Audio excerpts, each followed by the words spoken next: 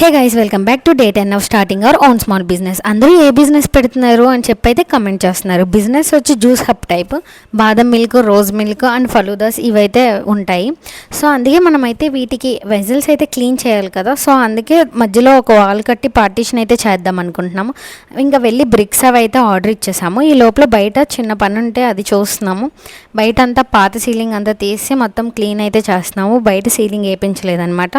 ఈ లోపల అయితే మనం ఆర్డర్ ఇచ్చిన బ్రిక్స్ అవన్నీ అయితే వచ్చేసాయి.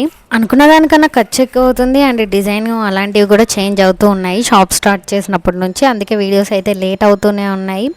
ఇంకా ఈ బ్రిక్స్ ఇవన్నీ తీసుకొచ్చేసిన తర్వాత మనమైతే వాల్ కడతాం అయితే స్టార్ట్ చేశారు. ఎప్పుడన్నా బిజినెస్లో మనం ఇన్వెస్ట్ చేద్దామని ఒక అమౌంట్ అనుకుంటే దానికి ఖచ్చితంగా డబుల్ అయితే అవుతుంది. అనుకున్నంత ఎగ్జాక్ట్గా అయితే అవ్వదు. అలానే జరిగింది. మనం బిజినెస్ స్టార్ట్ చేద్దాం అనుకున్నప్పుడే ఫిక్స్ అయిపోవాలి. ఎగ్జాక్ట్గా మనం అనుకున్న అమౌంట్తో అవ్వదు అని చెప్పి ఇంకా ఎక్స్ట్రా పడుతుందని మనం ముందే వాటికి కూడా రెడీ అయ్యి ఉండాలి.